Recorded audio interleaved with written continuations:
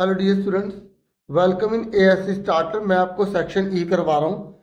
ये एक sample paper है, ठीक है, जो डीओ की तरफ से इशू किया गया। जो बच्चे सीबीएसई से स्टडी कर रहे हैं ना, जो बोर्ड के एग्जाम की तैयारी कर रहे हैं, तो ये इसे जरूर देखें, क्योंकि इस वीडियो में मैं आपको केस स्टडी समझा रहा हूँ और आप जो है ना केस स्टडी को बहुत इसी तरीके से कर पाए, इसी को ध्यान में रखकर ये वीडियो बना रहा हूँ।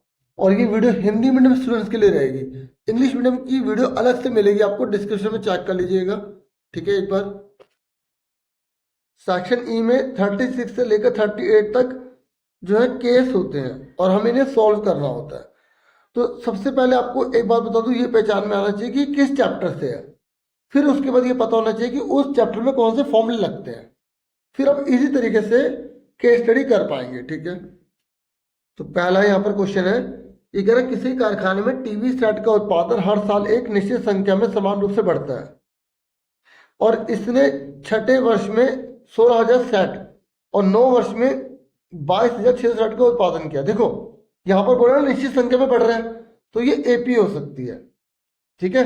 और हो क्या सकते हैं, एपी है और 9वें वर्ष छठे वर्ष इस तरीके से क्वेश्चन लिखा है, तो आप समझ जाओ कि हमें A6 16,000 दे रखा है और A9 हमें 22,600 दे रखा है, ठीक है। उसके बाद इसने बोला है कि आपको 8वें वर्ष के दौरान उत्पादन कितना होगा ये पता लगाना है। तो पहले जब हमें ये दो टर्म इस तरीके के दिए होते हैं तो हम क्या करते हैं, ए और डी निकाल लेते हैं, ठीक है। तो A6 का फॉर्मूला क्या है, देखो मैं ये जो आंसर शीट जैसे आपको मिलेगी ना, वैसी आंसर शीट पे आपको मैं करवा रहा हूँ, आप देख सकते हैं, ताकि आप एग्जाम में भी वैसे अटेम्प्ट कर पाए और आपको दिक्कत ना हो, ठीक है। तो A6 का फॉर्मूला क्या होता है, A+5D, है ना। ये फर्स्ट इक्वेशन आ गई। और A9 का क्या मतलब होता है, A+8D, 22,600, ये सेकंड इक्वेशन आ गई। अब हम लिख देंगे solving first and second equation. Hindi medium में तो हम लिखेंगे समीकरण 1 और 2 को हल करने पर, समीकरण 1 और 2 को हल करने पर,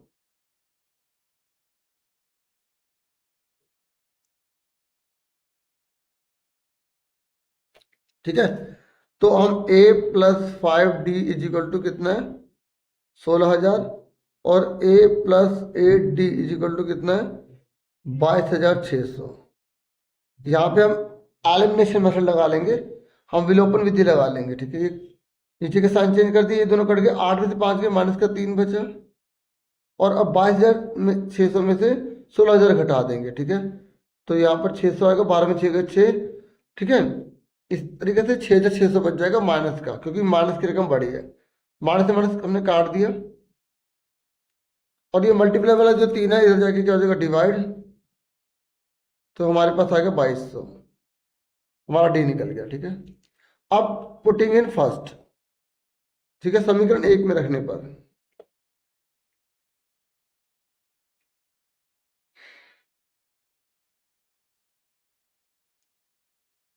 आपको ब्लू पेन से लिखना, ठीक है।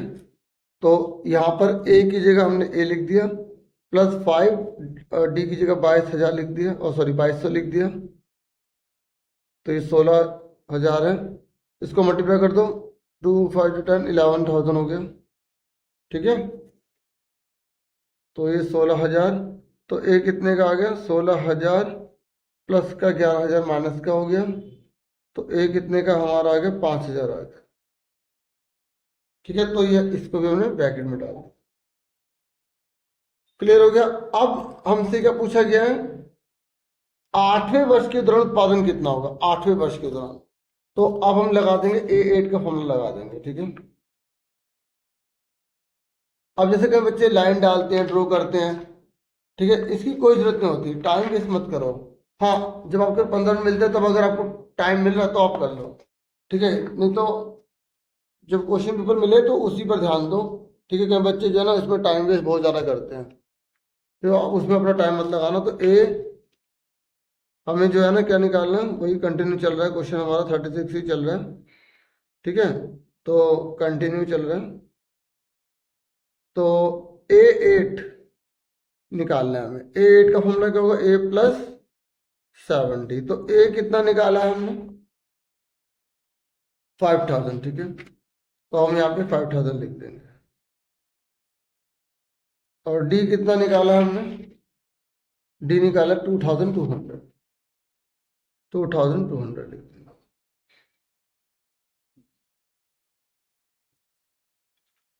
तो इसको मल्टीप्लाई कर दो, 7 टू 14, 7 टू 14 15, ठीक है। तो अब इसको जोड़ दो तो ये कितना आ गया, 20,400, ठीक है। इस तरीके से हमने निकाल दिया।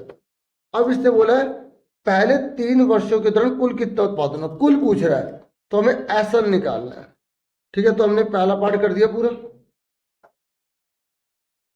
फिर अब हम दूसरा पार्ट करने जा रहे हैं। दूसरे पार्ट में हमें एसएन निकालना है। तो पहले एसएन का फॉर्मूला लिख लो। एसएन का फॉर्मूला क्या होता है, एन अपॉन में 2a plus n minus 1d, ठीक है। तो ये हम इसके नीचे रख लेते हैं ताकि थोड़ा वो हो जाए, है ना, सही से लिख पाए। वैसे आप शीट को मोड़ भी सकते हैं। तो n कितना दे रखा है हमें, हमें बोला कि शुरू के 3, तो n की जगह 3 लिख देंगे। ए कितना दे रखा है, ए 5000 दे रखा है, और n कितना 3, ठीक है। डी कितना है हमें 2200, देखो कोई सा नहीं, मल्टीप्लाई लगा दिया, ठीक है। 3/2, तो 5 टू कितना हो गया, 10,000 हो गया। 3 में से क्या, दो को इससे मल्टीप्लाई करेंगे 4400 आ जाएगा। 10 और 4 कितने हो गए, 14,400। अब इसे काट दो, 2 7 जा 14, 2 2 जा 4, इस तरीके से। अब इन दो, अब 3 से मल्टीप्लाई कर दो, 3 दूनी 6, 3 7 21, तो 21,600, ठीक है। उसके बाद नेक्स्ट इसने क्या बोला, इसने बोला किस वर्ष इतना उत्पादन होगा, 29,200 होगा। तो किस वर्ष इतना उत्पादन होगा, तो ये क्या है, एसएन है या एएन है। देखो अगर जोड़कर बोलता तो ये क्या होता है, एसएन, लेकिन इसने बोला किस वर्ष इतना होगा, तो हमें क्या दे रखा, एएन दे रखा है, ठीक है। तो हम ये थर्ड यहां पर कर रहे हैं। तो हमें एएन कितना दे रखा है, 29,200। तो जो चीज दी होती है उसी का फॉर्मूला लगाएंगे। एएन का फॉर्मूला क्या होता है, ए प्लस n माइनस 1d। जब हमें आंसर दिया होता है ना, तो आंसर सामने फॉर्मूला के नीचे लिख दो, ठीक है। फॉर्मूला आपको पता होना चाहिए, ठीक है। एन कब होता है, जिसकी वैल्यू हो, ठीक है। ऐसे सारों का टोटल होता है। अब ए कितना है, ए हमें पता है 5000, ठीक है। यहाँ पे हमने पता कर लिया था, पीछे हमने निकाल लिया था, ठीक है, ठीक है। तो उसके बाद प्लस कर देंगे, एन कितना हमें पता करना है कि किस वर्ष इतना उत्पादन होगा। डी हमें पता है, वही सेम रहेगा 2200।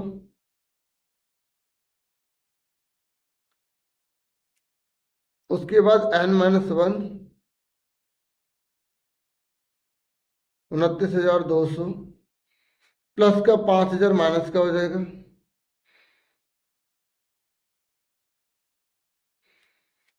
29 में से 5 के कितने बचे, 24,200,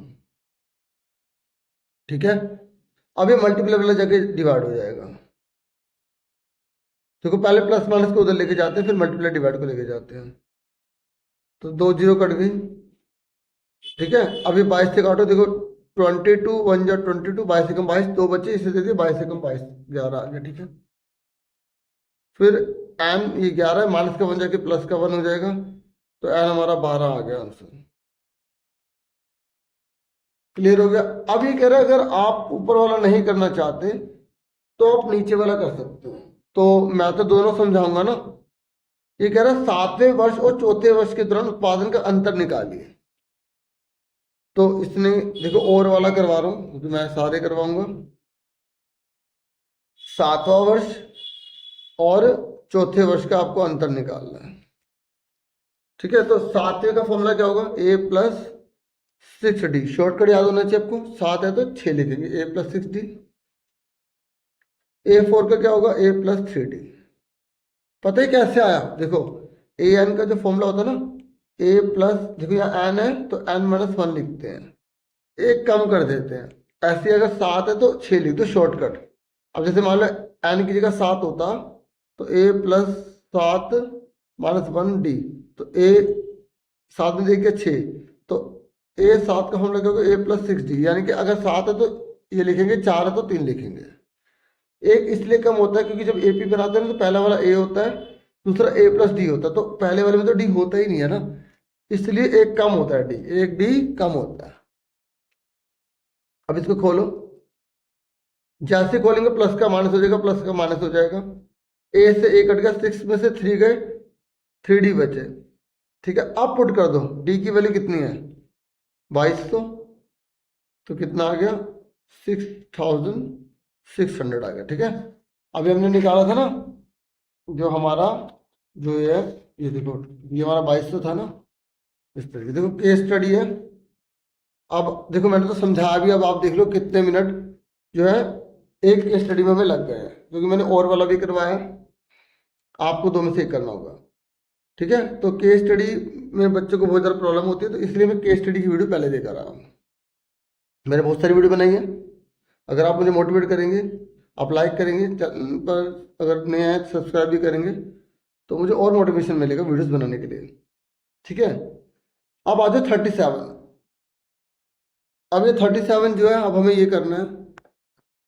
अब आप ध्यान से देखो इसमें क्या कह रहा है, ये कह रहा है आपके विद्यालय में खेल दिवस की गतिविधियां आयोजित करने के लिए आयताकार आकार के मैदान ABCD में 1 मीटर की दूरी पर चौक पाउडर से रेखाएं खींची गई हैं। देख लो, ये 1-1 मीटर की दूरी पर ये लाइन डाली गई है।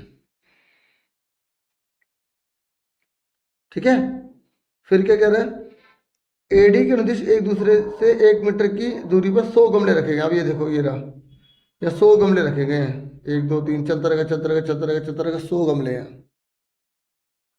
ये आपके बुक का क्वेश्चन है, NCERT का, ये है ना, तो मैं आपको बहुत आसान तरीके से समझाने जा रहा हूँ। ठीक है, ध्यान समझिएगा। तो ये कह रहा है कि सबसे पहले निहारिका है, वो दूसरी लाइन में है, तो देखो इधर वाले को X बोलते हैं, इधर वाले को Y बोलते हैं। तो निहारिका जो है ना, वो अपनी जो दूसरी लाइन पर है, वो पूरे का, ये AD है ना, पूरा AD है, इस पूरे AD का 1/4 दौड़ गई है। तो बताओ वो कितने नंबर के गमले पे होगी, और कितने नंबर के गमले का मतलब Y की वैल्यू कितनी होगी। तो आपको डिटेल में ज़्यादा नहीं लिखना होता, टू द पॉइंट लिखना होता है। ठीक है, कई बच्चे डिटेल लिखते लिखते टाइम पूरा का पूरा अपना वेस्ट कर देते हैं, जबकि इसके मार्क्स कुछ मिलने नहीं है। मेन लिखो जो पूरा डिटेल में होना चाहिए, इसलिए मैं शीट पर आपको करवा रहा हूँ। ठीक है, तो सबसे पहले हम निहारिका की पोजीशन निकालेंगे। ठीक है, अब ये समझ में आएगा कि कौन से चैप्टर से है। ठीक है, लेकिन अगर नहीं आया तो थोड़ा सा आप क्वेश्चन को और पढ़ सकते हैं।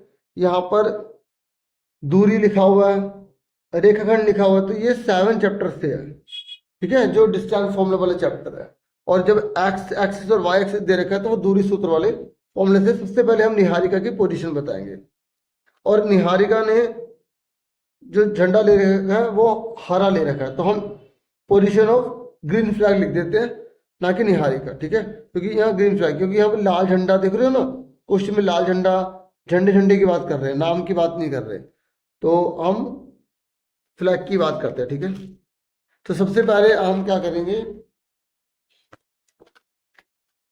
यहाँ पर क्वेश्चन नंबर जो है ये 37 है, हम नेक्स्ट पेज पे करेंगे। ठीक है, हम नीचे स्टार्ट नहीं करेंगे। तो निहारिका के पास कौन से रंग का झंडा है, यहाँ पर हरे रंग का झंडा है, तो हरे रंग के झंडे, आप लाइन में ऊपर भी लिख सकते हो नीचे भी लिख सकते हो, कोई वो दिक्कत नहीं है। हरे रंग के झंडे की स्थिति। ठीक है, तो अब बताओ, देखो एक्स कौन सा है, बताओ एक्स कौन सा है। यहाँ पर जो एक्स है वो ये वाला है, तो वो कौन से नंबर पे, 2 नंबर पे, तो एक्स की वैल्यू कितनी आ गई, यहाँ पे हम ऐसे लिखेंगे एक्स कोमा वाई, ताकि टीचर को पता लग जाए एक्स कितना आ गया, 2 आ गया। ठीक है, अब वाई की वैल्यू निकालनी है, मतलब वाई मतलब कौन से नंबर के गमले पे है, अच्छा जिस नंबर पे गमले पे होगी वही वाई की वैल्यू होगी। तो आप ध्यान से देखो, 1/4 है, कितने गमले, 100, तो 100 का 1/4 कर देंगे। अगर यहाँ पे गमले लिखे होते 500, तो 500 पर लिख के 4 से नीचे भाग कर देते, पर 100 गमले हैं तो 100 को 4 से भाग करेंगे, क्योंकि 100 गमले हैं, जितने भी गमले होंगे उसको 4 से भाग करेंगे, क्योंकि वो चौथे हिस्से पे है। ध्यान से क्वेश्चन पढ़ के करना, अगर गलत पढ़ लिया ना आपने तो क्वेश्चन गलत हो जाएगा, क्योंकि इसने बोला है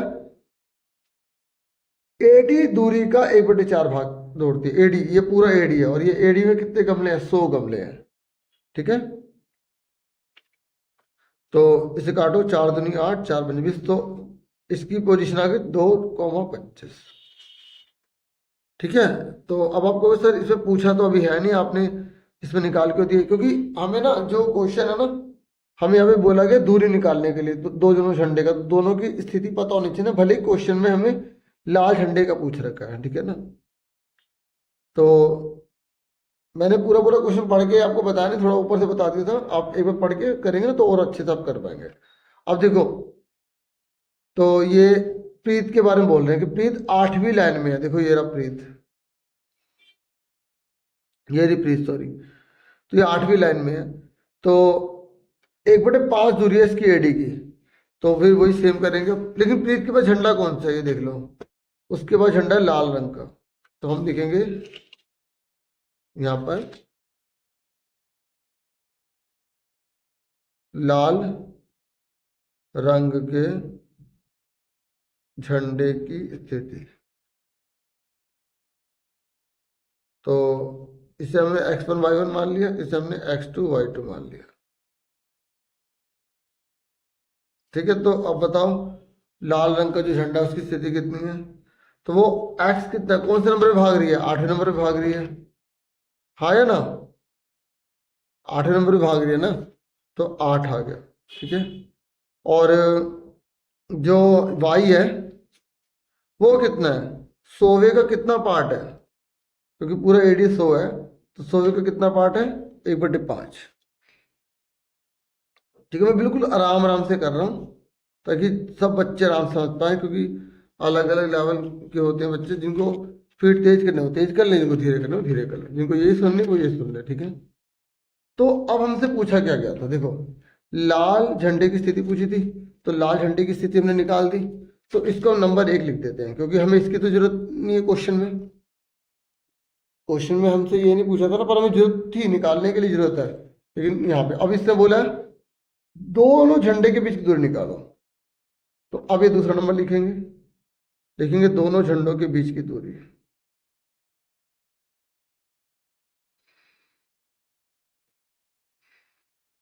तो देखो यहाँ पर हरा है ना, तो इसके हम आगे ब्रैकेट में जी लगा लेते हैं, क्या लगा लेते हैं? जी। और जो दूसरा है इसका, ये कौन सा लाल, इसका आर लगा लेते हैं, रेड लगा लेते हैं। तो अब टीचर भी समझ आएंगे, ये हमने पॉइंट डाल दिया, ये ग्रीन है तो इसकी वैल्यू कितने? 2,25। ये रेड है, इसकी वैल्यू कितनी? 8,20। ठीक है, तो GR डिस्टेंस निकालनी है हमें, ये हमने लिख दिया ना, यहाँ GR लिख दो बस, हिंदी में लिखा है, इंग्लिश में भी लिख दिया ना मैंने। तो अब फॉर्मूला क्या होता है? x2 minus x1 y2 minus y1 का स्क्वायर। ठीक है, तो x2 कितना है? ये देखो 8, बाद वाले का साइन चेंज, 20 बाद वाले का साइन चेंज, 8 में से 2 गए, कितने बचे? 6 बचे, और 20 में से बच्चे के माइनस के 5 बचे। ठीक है, उसके बाद नेक्स्ट पेज आ रहा, तो नेक्स्ट पेज पे हम लिखेंगे 6 6 36 और 5 5 25। देखो वाली यहाँ पर माइनस है ना, लेकिन स्क्वायर करेंगे तो प्लस का हो जाएगा, तो इसको जोड़ दो, 6 5 11, 3 2 5 61 आ गया, यूनिट लिख देंगे, हिंदी में इकाई लिख देंगे। समझ में आ गई? अब ये थर्ड पॉइंट पे क्या कह रहे हैं? कह रहे अगर रश्मि दोनों झंडों को मिलाने वाले रेखाखंड के ठीक बीच में नीला झंडा लगाना चाहते हो, तो उसे अपना झंडा कहाँ लगाना चाहिए? समझो, अब नीला झंडा उसे लगाना है रश्मि को, तो रश्मि की स्थिति निकालनी है। तो अब आप खुद सोचो बच्चों, जो G और R के बिल्कुल बीच में है ब्लू कलर, तो कौन सा फॉर्मूला लगाएंगे? मिड पॉइंट लगाएंगे ना। तो अब ये थर्ड पॉइंट लिखेंगे, सीधा लिखेंगे रश्मि की स्थिति, रश्मि की स्थिति।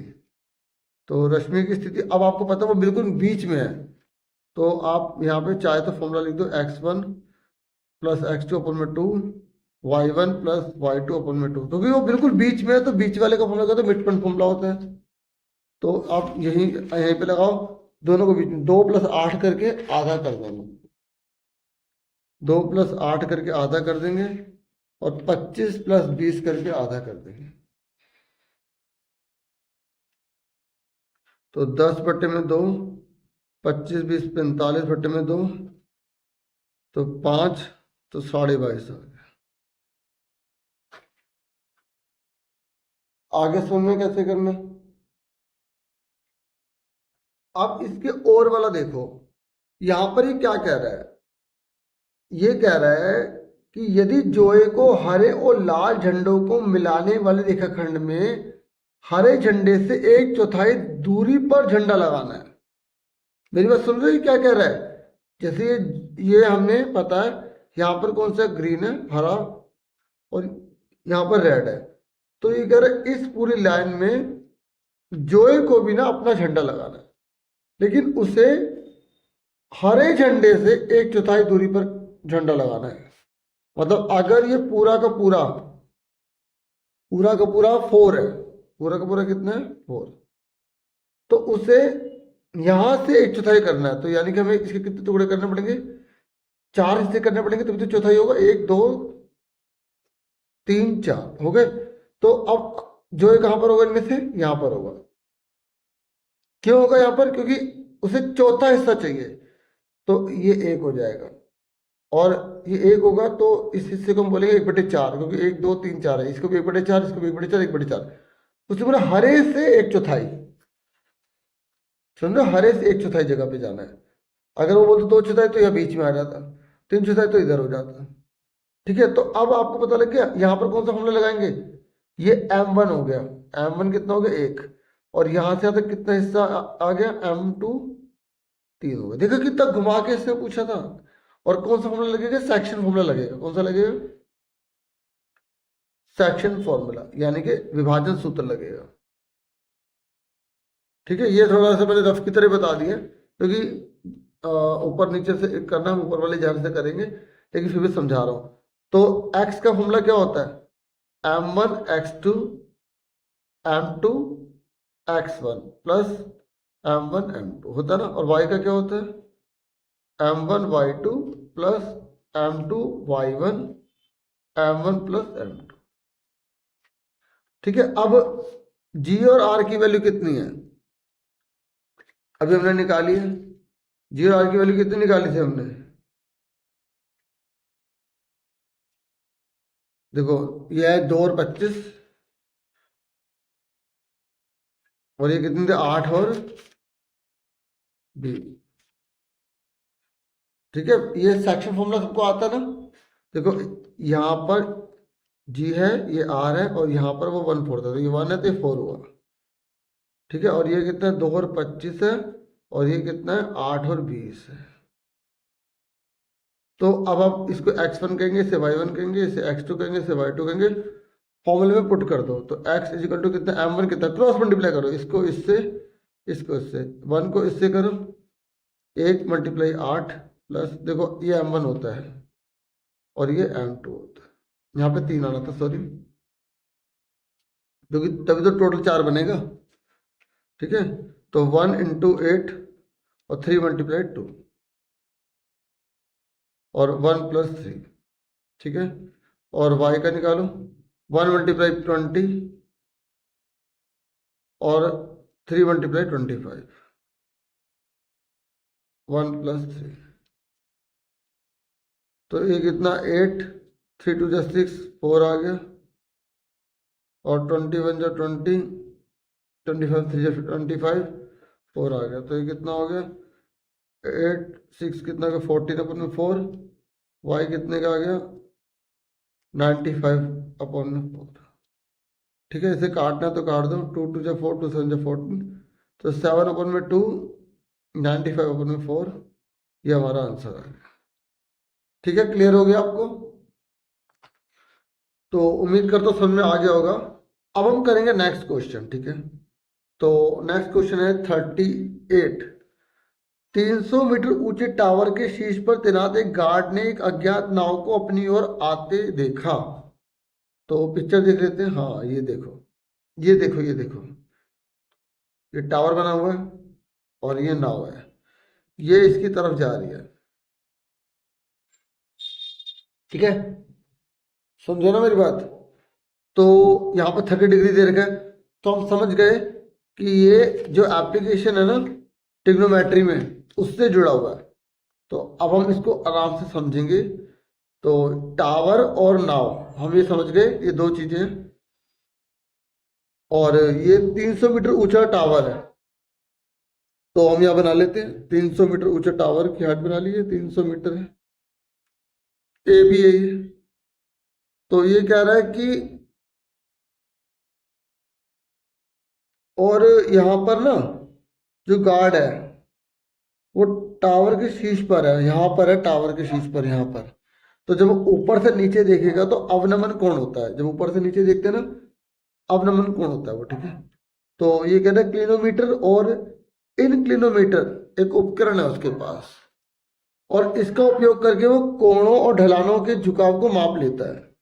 तो गार्ड ने लाइट हाउस की ओर आ रही नाव के अवनमन कोण को मापने के लिए क्लिनोमीटर का उपयोग किया और उसे 30 डिग्री पाया। देखो यहां से मान लो यहाँ पर वो जहाज है, और जब वो ऊपर से नीचे देख रहा है तो यहाँ पर ही मान लेते हैं, तो ये 30 डिग्री का। तो जब हम ऊपर से नीचे देखते हैं ना डॉट डॉट ऐसे बनाना पड़ता है, और यहाँ 30 डिग्री लिख देंगे, और ये 30 है तो ये भी 30 डिग्री होगा। समझ में आ गया? मैं बिल्कुल आराम से करा रहा हूँ, बिल्कुल आराम से।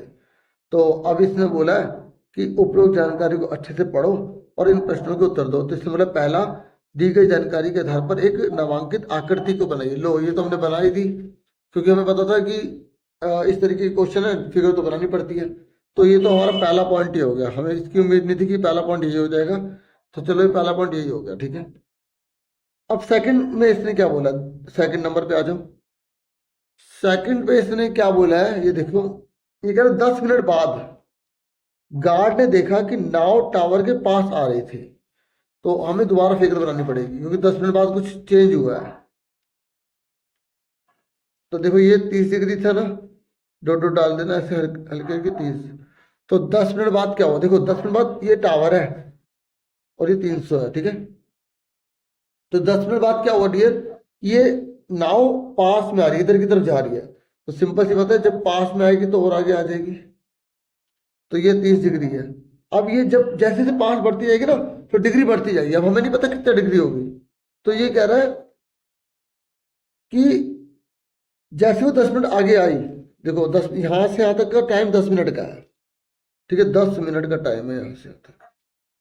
ठीक है, तो ये कह रहा है जैसे वो 10 मिनट आगे आई तो क्या हुआ,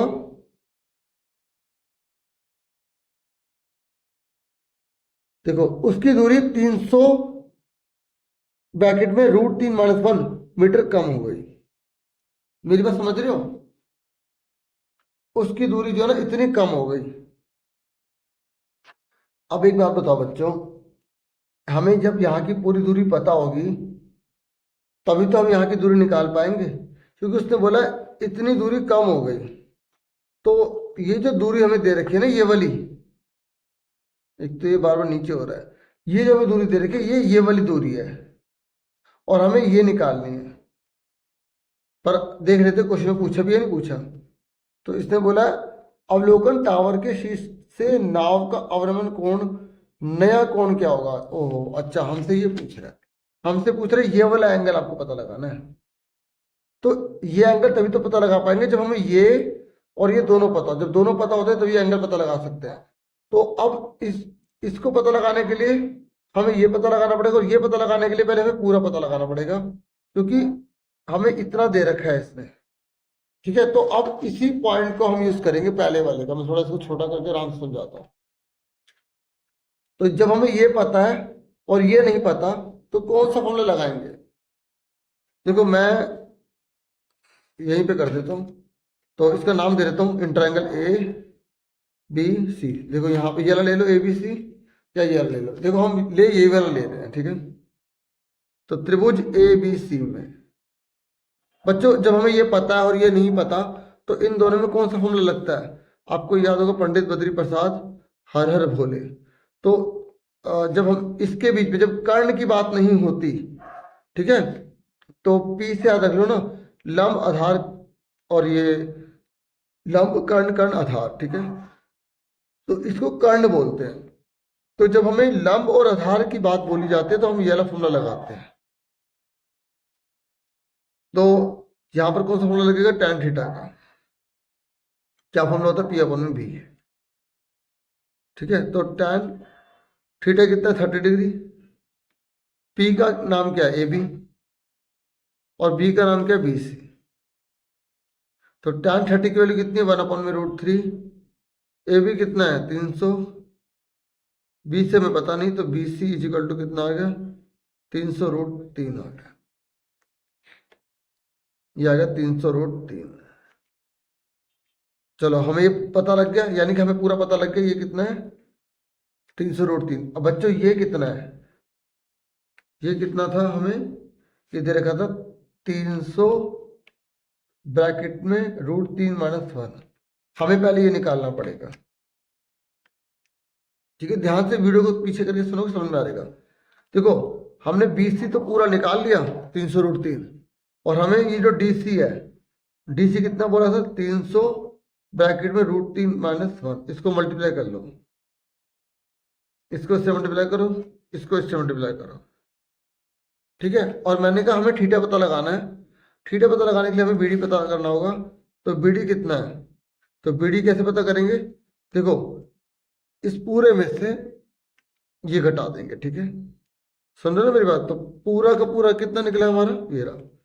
तो 300√3 माइनस कर देंगे इस वाले को, इस वाले की वैल्यू कितनी है, तो ये प्लस का है तो माइनस का हो जाएगा, और ये माइनस का तो प्लस का हो जाएगा, और ये दोनों गए कट। तो BD कितने का आ गया, 300 आ गया।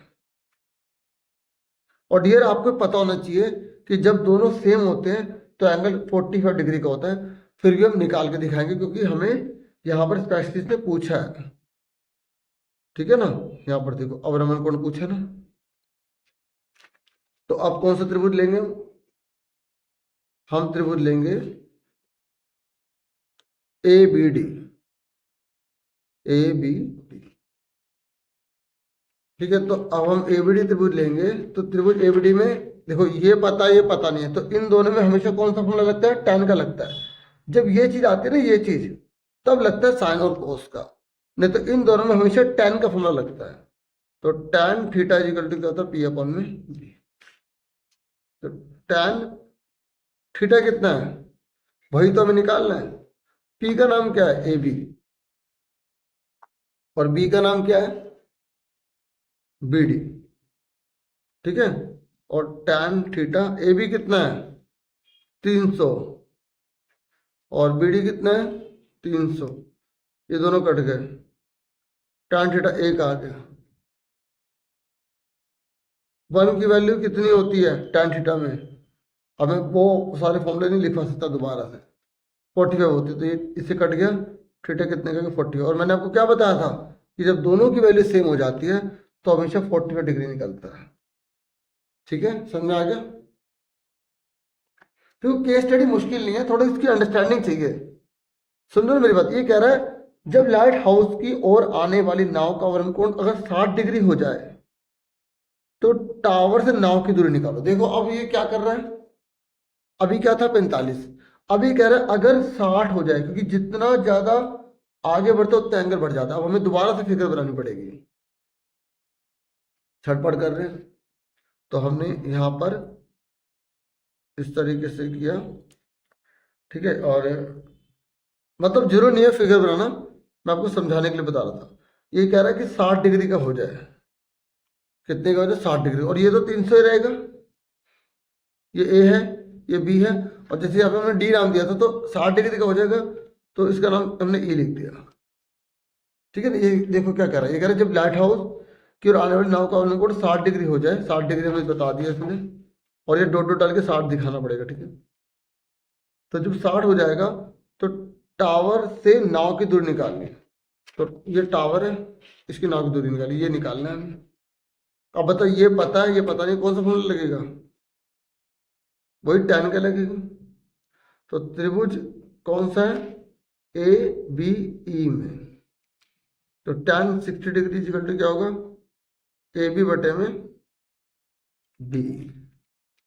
तो tan 60 की वैल्यू कितनी होती है, √3, और ए बी कितना है 300, बी हमें पता नहीं, तो बी क्रॉस मल्टीप्लाई कर दिया, इसको इससे। ठीक है, मैं एक स्टेप में करने वाला था, फिर मैंने कहा चलो कोई बात नहीं। अब इसको बटे में ले जाओ, अब इसका रेशनलाइज कर दो। जब भी नीचे रूट आता है ना तो रेशनलाइज किया जाता है। क्या किया जाता है, रेशनलाइज किया जाता है। ठीक है, तो 300 √3 नीचे भी चला जाएगा, √3 ऊपर भी चला जाएगा।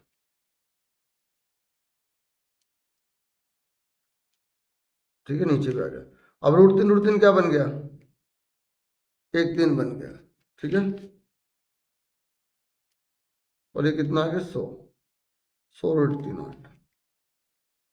ठीक है, मीटर में है तो मीटर लिख देंगे, सेंटीमीटर है तो सेंटीमीटर लिख देंगे। समझ में आया कैसे करा है मैंने। ठीक है, अब इसके और वाला भी करवाऊंगा मैं। ठीक है, ये कह रहा है जब अवनमन कोण 45 से 60 डिग्री हो जाएगा तो दूरी का अंतर निकालिए। समझे मेरी बात, जब ये 45 है ना, 45 से जब पास में 60 आ गया तो कह रहे ये चीज निकाली, ये तो कैसे निकालेंगे, पूरा कितना है 300, और ये कितना निकला है 60 वाला। देखो अगर हम नीचे वाला करते हैं तो हमें 60 डिग्री वाली वैल्यू तो निकालनी ही पड़ेगी। ठीक है, और 60 वाला कितना निकला 100 √3, तो घटा देंगे। ठीक है, तो आप क्या लिखोगे 45 और 60 के बीच की दूरी। ठीक है, 45 डिग्री और 60 डिग्री के बीच की दूरी। तो 300 में से माइनस कर देंगे 100 √3। ठीक है, समझ में आ रही है मेरी बात, मैं क्या बता रहा हूं। देखो ये 60 डिग्री है और 45 है, तो इस पूरे में से ये घटा देंगे तो बचेगा ये।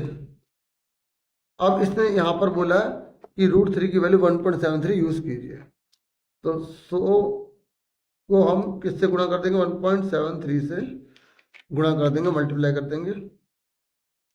तो ये पॉइंट हट के नीचे 100 चला गया, ये पूरा कट गया, तो 173 ही बचा। अब 100 में से 173, 10 में से 3 गए 7, 9 में से 7 गए 2, 2 में से 1 गया 1। ठीक है, तो इस तरीके से हमारा 127 आंसर है। ठीक है, इस तरीके से देखो मैंने आपको तीनों के तीनों यहाँ पर जो है ना केस स्टडी करवाई है, और मुझे पूरी उम्मीद है अच्छे समझ में आई होगी। तो ऐसे ही आपको प्रैक्टिस करनी है। ठीक है, अच्छे से डीपली उस क्वेश्चन को पढ़ो, डायग्राम बनाओ और प्रैक्टिस करो। ठीक है, और भी मैं वीडियो कोशिश करूंगा आपके लिए लेकर आऊंगा। आप चैनल से जुड़े रहिए। Thank you for watching and listening carefully. Video को लाइक, चैनल को सब्सक्राइब करें। Take your studies students.